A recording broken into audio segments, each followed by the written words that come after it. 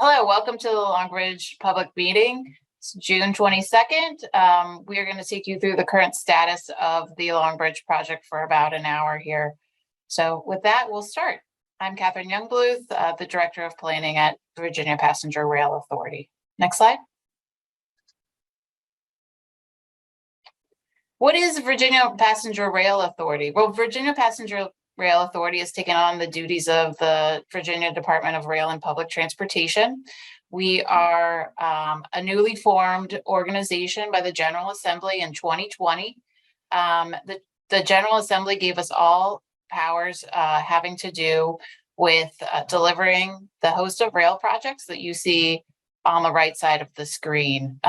Those host of projects are known as Transforming Rail in Virginia, and they're phased improvements to expand the capacity and deliver passenger service with the delivery of capital improvements along the existing rail track from Richmond to Washington, D.C. The Transforming Rail in Virginia projects include Longbridge, which we're here to talk about tonight, and Virginia Passenger Rail Authority is in partnership with CSX to deliver the capital improvements. In 2019, the governor of Virginia announced a landmark deal to purchase half the CSX right-of-way throughout Virginia. And that includes Washington, D.C. to North Carolina and various areas around the Commonwealth. The lower left network map illustrates the purchase areas between CSX and the Commonwealth of Virginia. VPRA was given to administrate the capital improvements I just discussed. VPRA was given all powers necessary to do so, and this pertains to the Commonwealth. We are able to design, build, and finance rail facilities. We are a direct recipient of US DOT grants. We have eminent domain powers in Virginia, and we'll own all rail assets and right-of-way that I just discussed. We also have the ability to partner with other agencies to deliver passenger and commuter rail service. We have our own board separate to the Commonwealth Transportation Board. We report directly to that board, to the new board, the Virginia Passenger Rail Authority Board. It's a 15-member board with governor appointees, and they have a rotating term for each member. Next slide.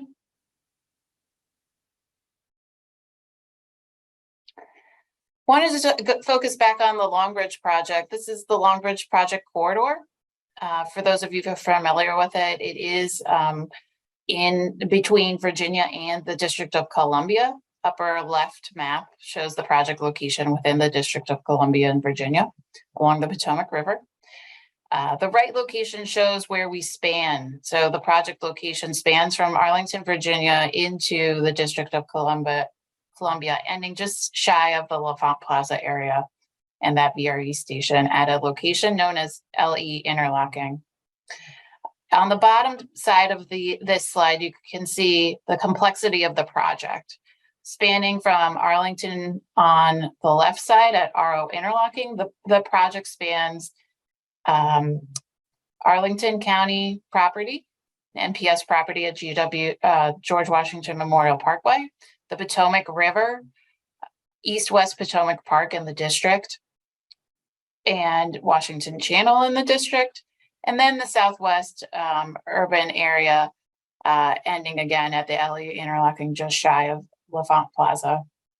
Within the corridor, there are a complexity of new bridges that you see illustrated here and new retaining walls to support a 4-track corridor, doubling the rail capacity within the rail corridor that's existing, and in planning improvements within NPS property for a separated primarily passenger rail 2-track corridor just north of the existing CSX corridor from East-West Potomac Park into Arlington. We'll talk more about that momentarily, and as well as the planned 4F mitigation bicycle pedestrian bridge. Next slide. There are four main areas, as I just discussed, in Mass. In this slide, they're illustrated by number. So we think of the project areas in these terms, and we'll discuss them as such throughout the presentation. George Washington Memorial Parkway is labeled as number 1, so GW Parkway. We have some bridges over there. I'm not going to read every bullet on the slide. You can see that we'll have both retaining walls and bridges over the GW Parkway area. Leading into area number 2, Potomac River, where we'll add 2 new bridges over the Potomac River into East-West Potomac Park. Those 2 bridges will be the rail bridge with the new 2-track rail bridge, and in addition, the 4F mitigation of the bike ped bridge. They'll be north of the existing CSX Long Bridge. CSX will continue to own Long Bridge. That is existing, 1904 bridge.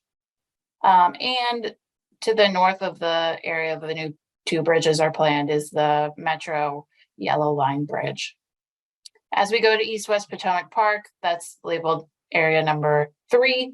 We have a complexity of highways and parkland to traverse as we move to section number 4, which is the Main Avenue Southwest area, where we navigate not just the highway ramps going to and from 14th Street Bridge to also to 395, 695 area, but is the urban context of private property ownership and the Washington Marina there.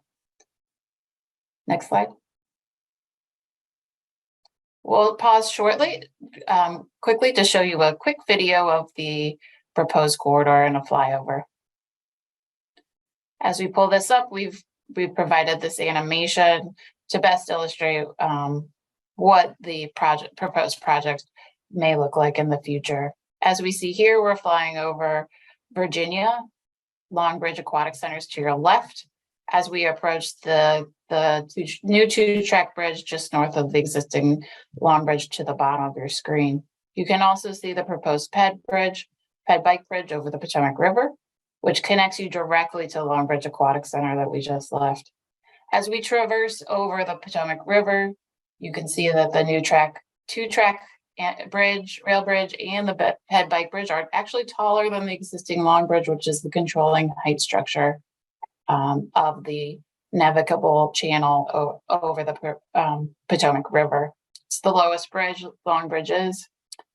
As we go onto East-West Potomac Park, we can see the National Parks headquarters here, the relationship of the existing buildings and structures to the Long Bridge corridor. The Long Bridge rail track will span not just 395, but also the Metro Yellow Line tunnel here. And along this area is where the 2 tracks meet the existing 4 tracks, and we become a 4-track rail corridor. This is a close-up of the new relationship of the new rail bridge to the old. So you can see that they're still separated from each other at this point. Moving back towards Main Avenue and the Washington Channel, we're still over East-West Potomac Park, flying over what we call Ohio Drive East, where there will be a new bridge replacing the existing rail bridge over Ohio Drive East in the East-West Potomac Park area. In addition, we'll replace the Washington Channel Bridge and the Main Avenue Bridge. This is another detail of the replaced Ohio Drive Bridge, along with the Washington Channel Bridge at the 4 tracks. Moving along into the Main Avenue area, you'll see that the existing privately owned Main Avenue ped bridge will be relocated, and there will be a ADA ramp that will be constructed to serve Main Avenue from that bridge. The existing rail bridge is also replaced. Moving back towards Virginia, we can see the 395 crossing again, the relationship of the complexity of the highway here, as well as the Metro tunnel. You'll see here that the ped bridge ends in the district at that location on East-West Potomac Park. And we're flying back towards Long Bridge Aquatic Center. You can see that The bike connection serves both Mount Vernon Trail here and continues along to Longbridge Park Aquatic Center. As we leave this area, you would note that the complexity of the structures, although both bridge structures over the GW Parkway will be unstructured and not retaining wall. We'll move on from these slides to go more into the details of each bridge span, and we'll move through the rest of the slideshow here. As we go to the next slide,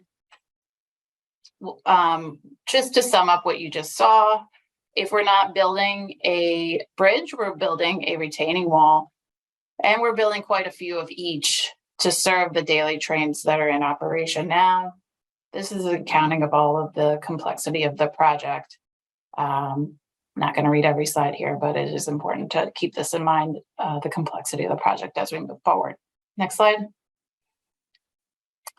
Where have we been for the Longbridge project? The Longbridge project is over a decade old now, starting in 2011 with DDOT sponsorship. And DDOT led the pre-NEPA and NEPA phases in strong partnership with Virginia as they move through the EIS stage. During the development of the final environmental impact study that ended in 2020, Virginia volunteered to be the project sponsor for the Longbridge project. As a result, the Virginia Passenger Rail Authority, VPRA, has taken on a contract to develop the preliminary engineering, or PE, for the project work that is underway now. In this PE phase, we intend to do all the things on this slide, and we'll talk more about that in a moment, but we will also deliver the construction for the project as well. Next slide. There have been many design decisions during the last decade. This slide illustrates how we got to the design that we're presenting to you today, and all the decisions and public involvement that we had to date. I'm not going to read again all of the decisions on this slide, but the takeaway from this is that the resulting design that you'll see today had significant public input to relate to the form, the number of bridges, the type of bridges, the number of piers, what the retaining wall relationship is. Everything that you have seen has been fully vetted through the community and through the environmental impact statement.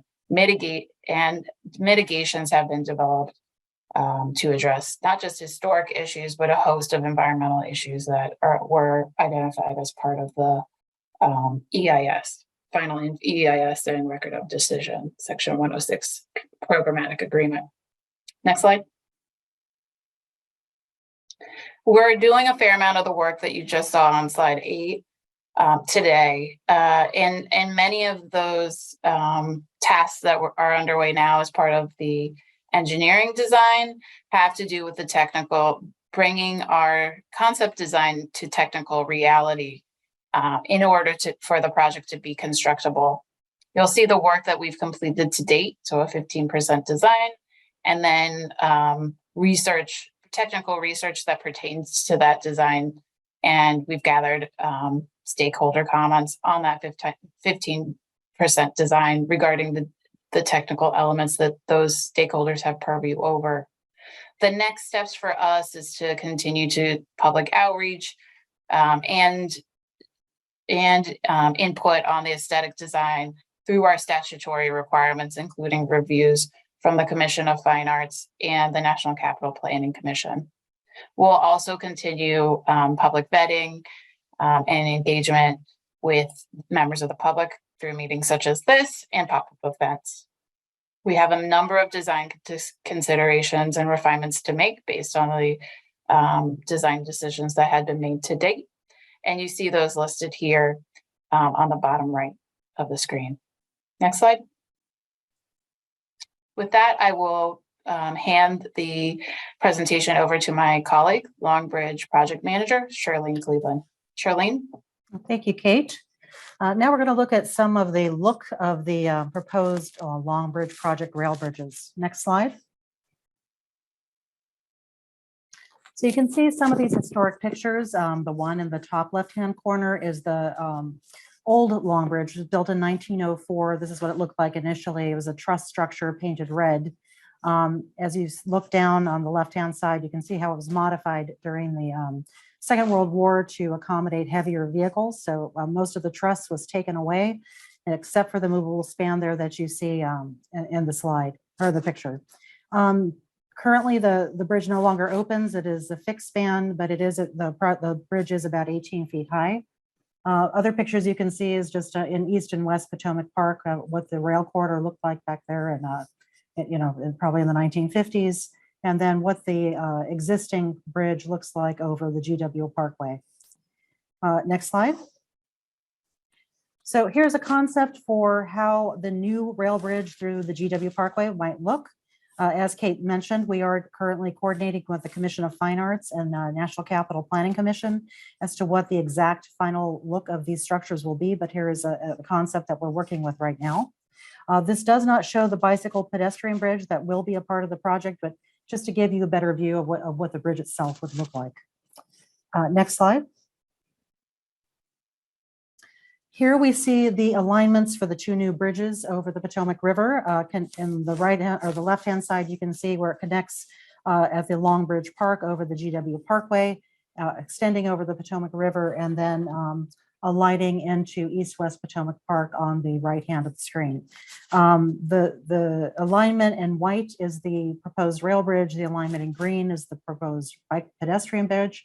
You can see that the piers line up with the existing piers of the Long Bridge, and that the navigational channel will be the same, lining up for all the four bridges that are right there in the line: the existing Long Bridge, the new Long Bridge, the new bike pedestrian bridge, and the existing WMATA Yellow Line Bridge.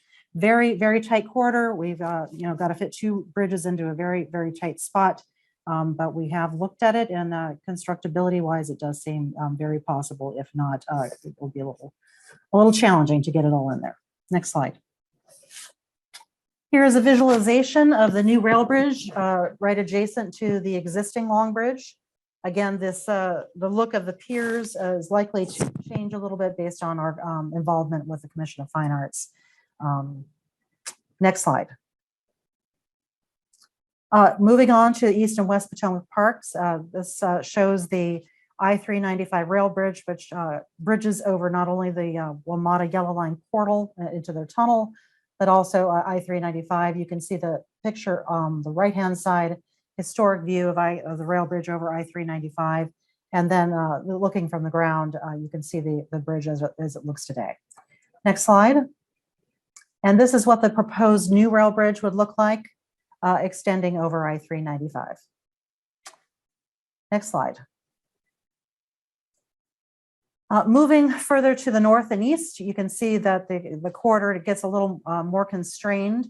We're sharing the CSX right away with the active rail line, which means that the three bridges to the north of here will have to be built in phases so that we can maintain rail traffic as those bridges are being built. So you can see the existing condition over Ohio Drive East, the existing rail bridge there, both from underneath and then looking on in the profile view. The next slide. And then you can see what would be proposed for the rebuilt rail bridge, carrying both the existing CSX traffic and then the two new tracks, mostly for passenger rail, Amtrak and VRE. Next slide.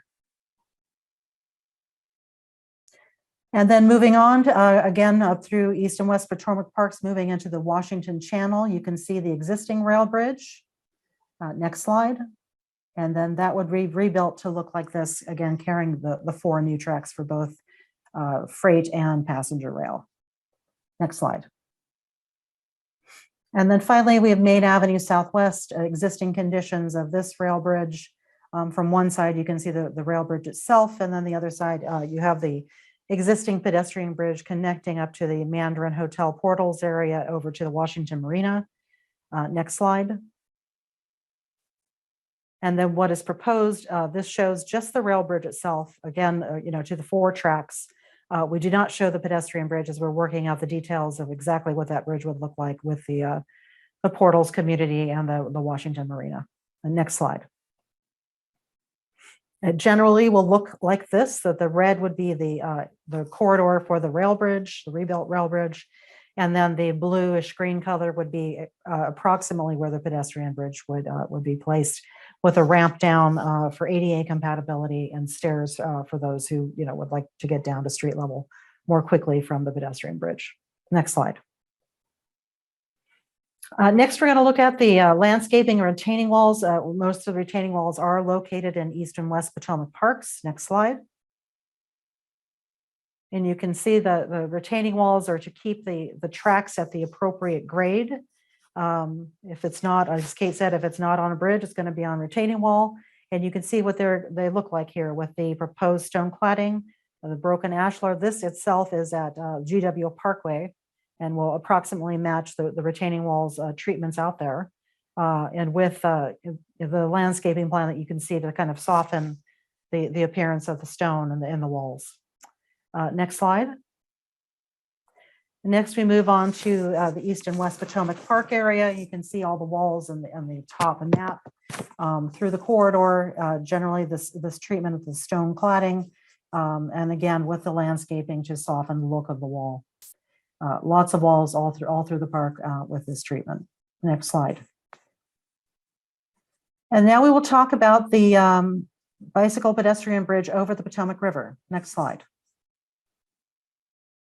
So you can see this whole network here. The yellow is the proposed connection that we will be building as part of the Long Bridge project. The green is existing bicycle pedestrian paths in the area. And then the blue dotted lines are bicycle-friendly roads. So this bridge will provide an important connection, and through all of this, providing a direct link from Long Bridge Park and the Mount Vernon Trail over to East Potomac Park. Next slide. And you can see the corridor where we have to build these two bridges. Again, that is the existing Long Bridge on the left-hand side, and the first picture at the top, and then the existing WMATA Yellow Line Bridge on the right-hand side.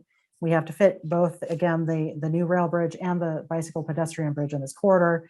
And then the picture at the bottom is the view from the other side of the river from, the GW Parkway area looking back across to DC. Next slide. And then here's some visualizations of what this bridge might look like. It should be a truss bridge. This first picture on the left-hand side is its connection down to the Mount Vernon Trail. And then the picture on the right-hand side is how it will touch down in East Potomac Park. Next slide. And just some visualizations of what the experience will be like up on the bridge itself, the pedestrian bridge.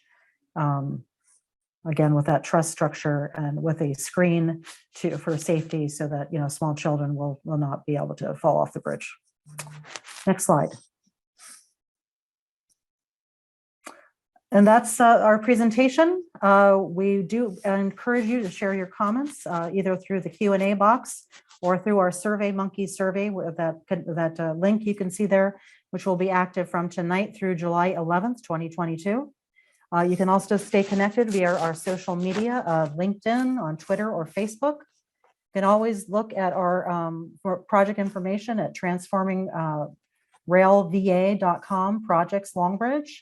Submit comments and questions to transformingrailva.com get involved contact, and then sign up for VPRA emails to be notified of future events at passengerrailauthority.org. And thank you very much. We'll move on to Q&A. Great. Thank you, Kate. Lee, just before we get to moderation, I just want to remind people very quickly of some ground rules here, perhaps for anyone who joined late. So please use the Q&A button down below, as some of you already have. Thank you so much for that. We are with you till 8 o'clock tonight. Rest assured, if we don't get to your question, all questions asked and answered or just asked are captured. So we will be able to get back to you. I've also pasted into the chat several other ways you can follow along, stay connected to us, social, website, and the like. So please take advantage of those. This meeting is being recorded, so just want to let you all know that as well. And it's being live cast right now on YouTube, and there'll also be a recording there on YouTube later. So with that, I would like to hand it over to Lee, who's now pulling double duty as presenter and now as Q&A moderator. So with that, Lee, please take it away. All right, thank you, Alan. As I'm like, now I've got so many windows open.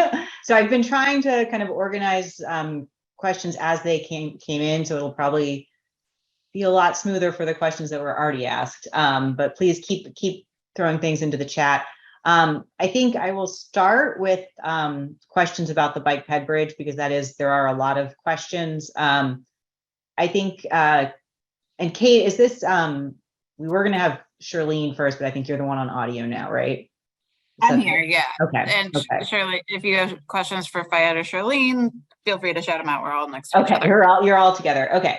So in terms of the location of the bike ped bridge, Kate, I think there's been a number of questions about opportunities to extend it further into DC. And I don't know if you could talk a little bit about the reason that it ends where it ends. So the physical location of the bridge was determined as part of the EIS.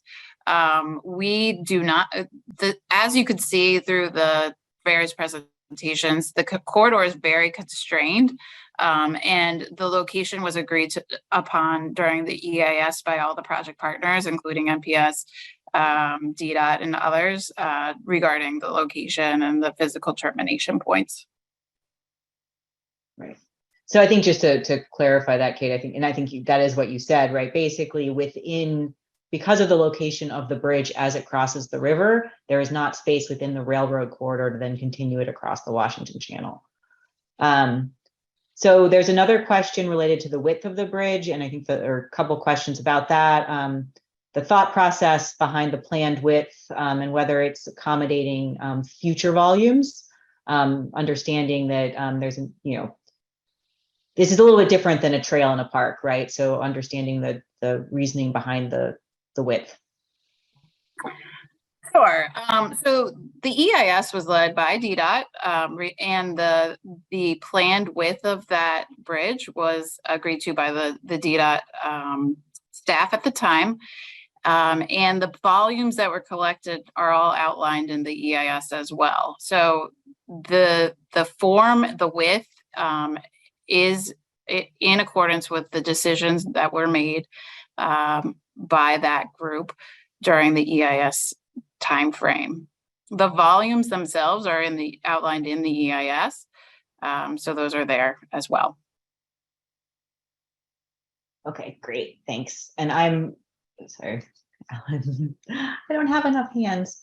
And I think then we also had a question which I think is factual, which is in the presentation, but off the top of your head, Kate, the length of the pedestrian bridge, is it 2,000 feet long? Roughly 2,600 feet. 2,600 feet.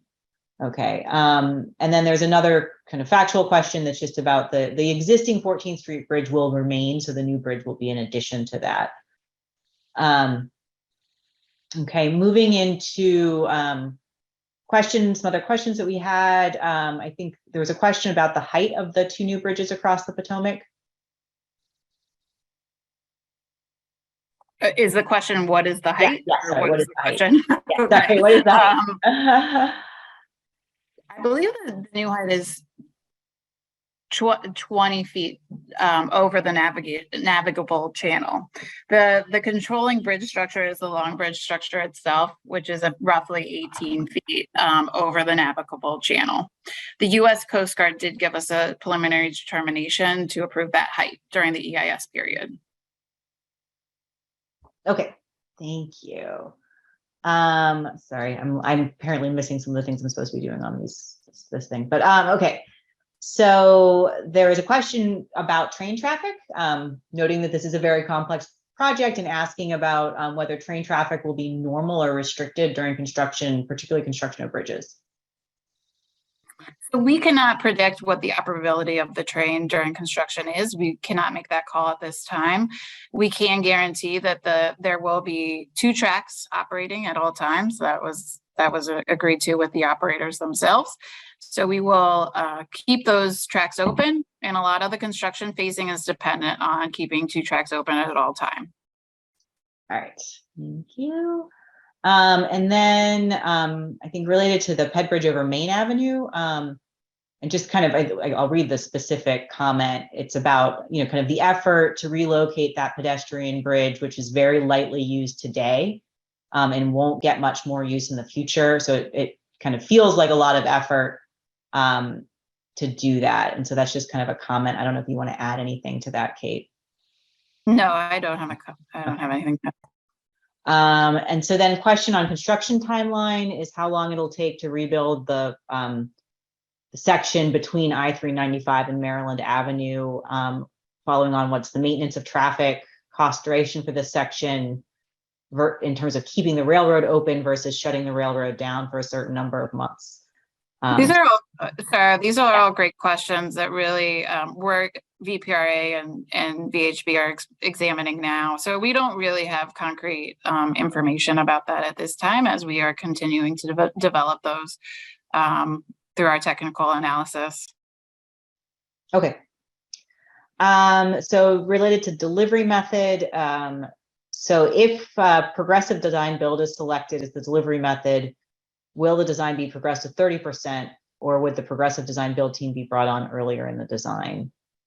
Another great question. We have an RFI right now out to the industry trying to examine these exact answers. So more to come on that in the future. Okay. And so that's, again, it gets expanding on the project packaging. There was a question there about the requirement to use CSX forces and contractors and whether that'll impact the packaging. Again, another great question. RFI is out. Please feel free to respond if you're a member of the industry. Okay, so probably then also, if the project's broken into separate phases, how would that affect the ped bike component of the project? As I said before, these are technical details that we are examining now, and how to keep folks moving through all modes as construction moves forward. So stay tuned for more details in the future. Okay. All right, now I'm going to try and get down to here. So is there going to be any wayfinding signage to and from the bridge and other points? Is it, I'm assuming they're talking about the pedestrian bridge. The rail bridge would not need such wayfinding. So I believe there will be wayfinding signage. I think the wayfinding that may be available on NPS is under development now. I've heard that there's various projects going on regarding signage and movements through the parkland. So we'll be coordinating with our partners at NPS and of course DDOT as we move these designs forward very closely. We meet with them, regularly about a host of issues affecting all agencies and entities. So we'll have more on that in the future as well. Okay. There's another question that's kind of specifically about the western side of the Ped Bike Bridge, and kind of noting that there appears to be a large ramp and questions of the stairs that don't appear to go anywhere. I think that is referencing the Mount Vernon Trail connection. So okay. I'll just answer that. I think that what we're talking about is that there's a planned connection to the Mount Vernon Trail that would include both a ramp and stairs. And then there would be a ramp connection over into Long Bridge Park. A bridge connection, yes. Yes. And then question about aesthetic treatments. So kind of, have there been any other aesthetic treatments considered for the project? Particularly ones that would have the potential to complement the monumental Potomac Avenue corridor. Not quite sure what that question means. So we are vetting the aesthetic qualities through the CFA and the NCPC, and through our Section 106 signatories, which include NPS, NCPC, staff from NCPC, staff from CFA, DC SHPO, VDHR, which is the Virginia Department of Historic Resources, FRA, and us. So we are vetting the aesthetic design through various channels and getting comments as we move along through the process.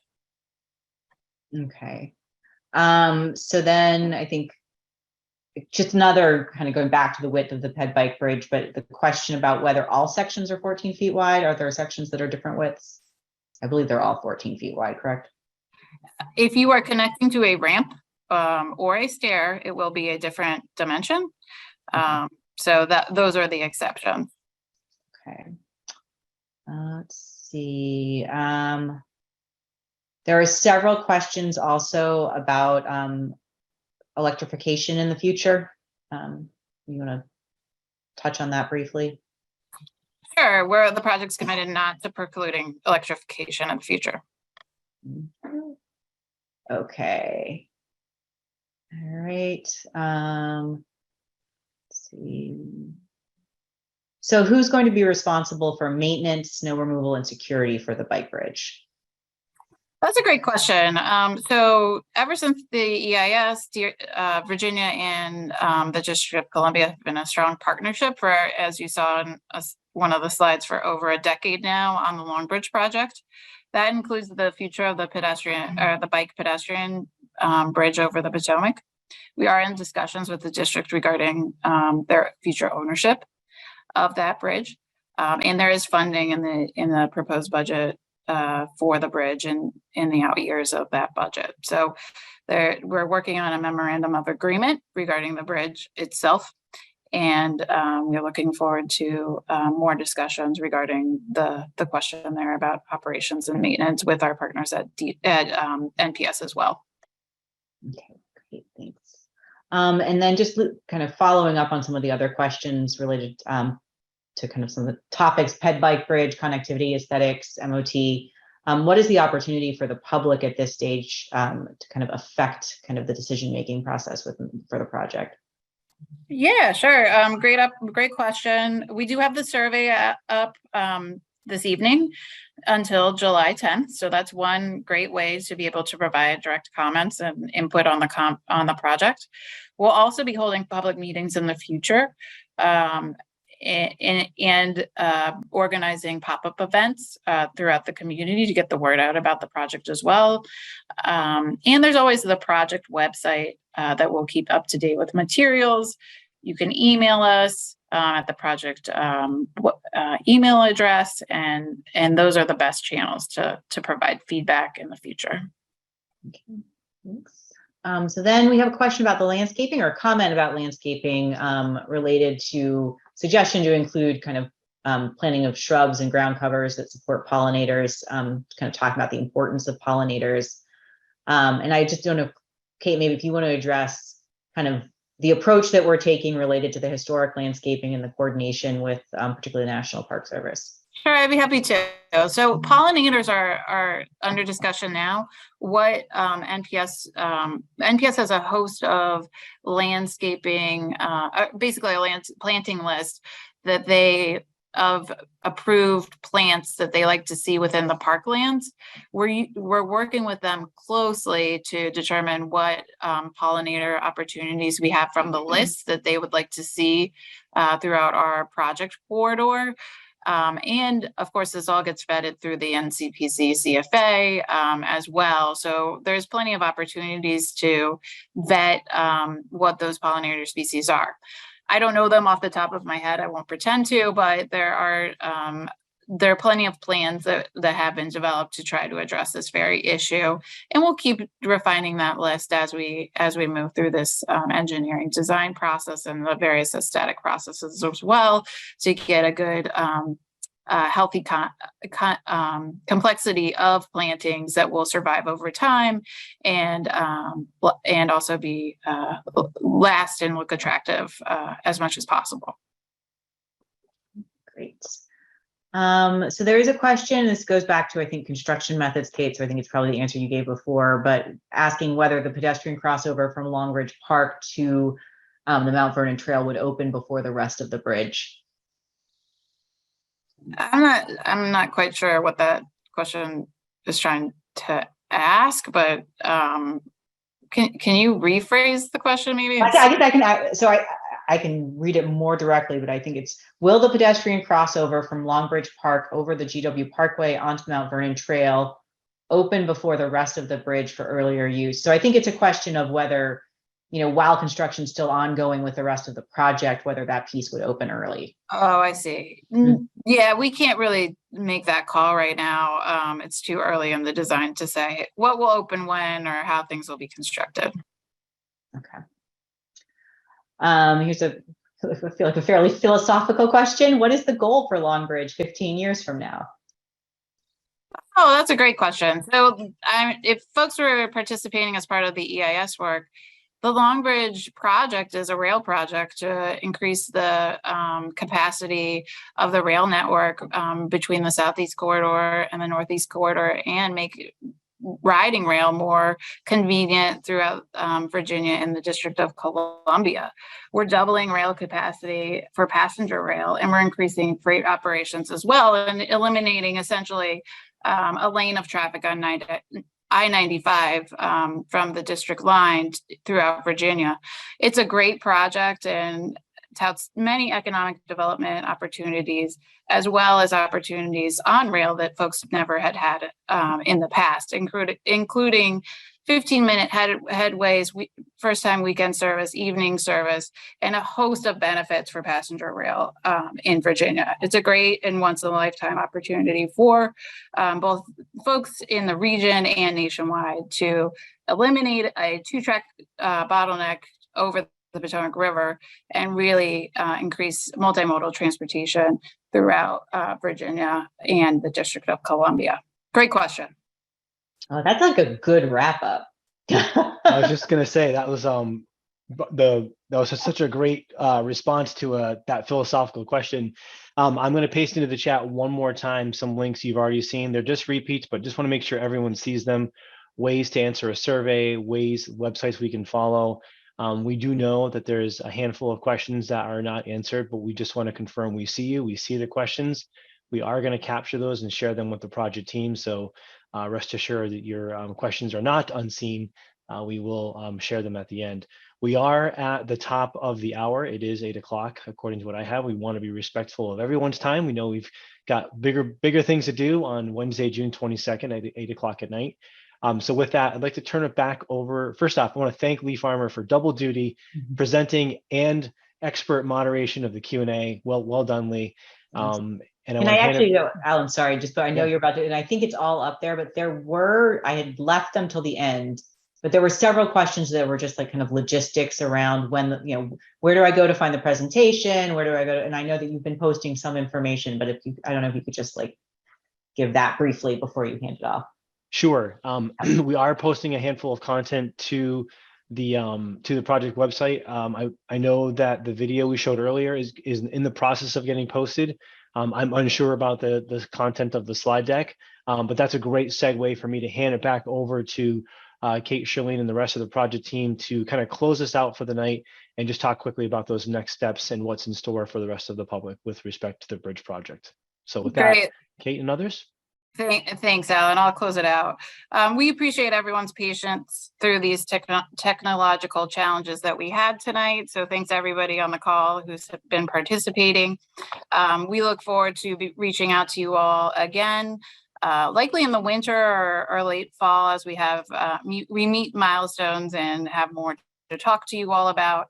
And please follow us on social media platforms, participate in our survey, and feel free to contact us through various channels. Have a great evening, and we will be in touch in the future. Good night. Thank you, everyone.